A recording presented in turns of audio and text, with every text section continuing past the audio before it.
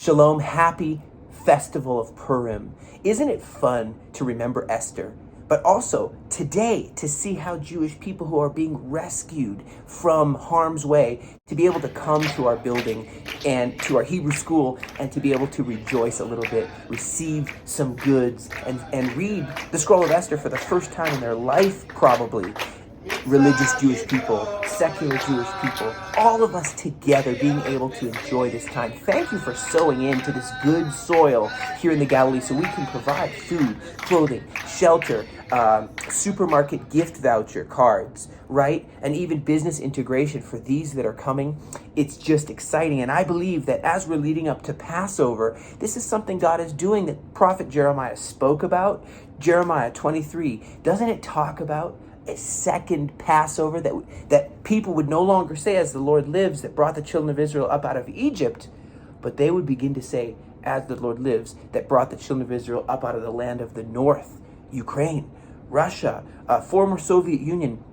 There would come a day, and that day is today. Thank you for sowing in so that believers can show the love of the Lord. Let's read a little bit of that scroll, Esther, shall we? God is moving throughout this time also today in Israel and around the world. For such a time as this, you are alive and positioned. Now, the Feast of Purim. Okay, people are dressing up. People are reading the scroll of Esther. Now, what is this story? Let's look at it really, really quick. Okay, Feast of Purim. All right, it's a story about a Jewish girl named Esther, Hadassah in Hebrew. She became queen of Persia. The king of Persia, of course, it's modern day Iran, and he reigned over 127 provinces stretching from India to Ethiopia. You can see that in Esther chapter 1, verse 1.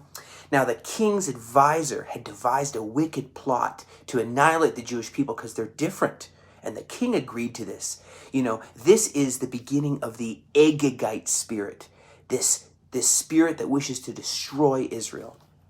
Okay, so Esther's cousin Mordecai, and he beseeches her to intercede, to contend for the lives of the Jewish people. And Esther was afraid, knowing that if she went before the king without being summoned, she would be killed, unless he extended that scepter of favor to her.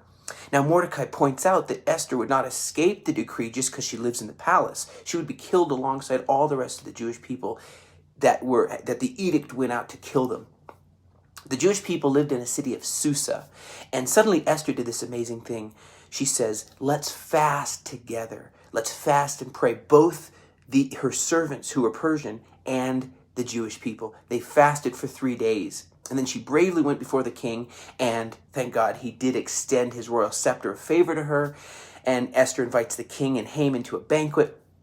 At the banquet, the king offers Esther whatever she wants, even up to half her kingdom, right? So Esther pleads for the lives of her people and exposes Haman's evil plot to just annihilate all the Jewish people.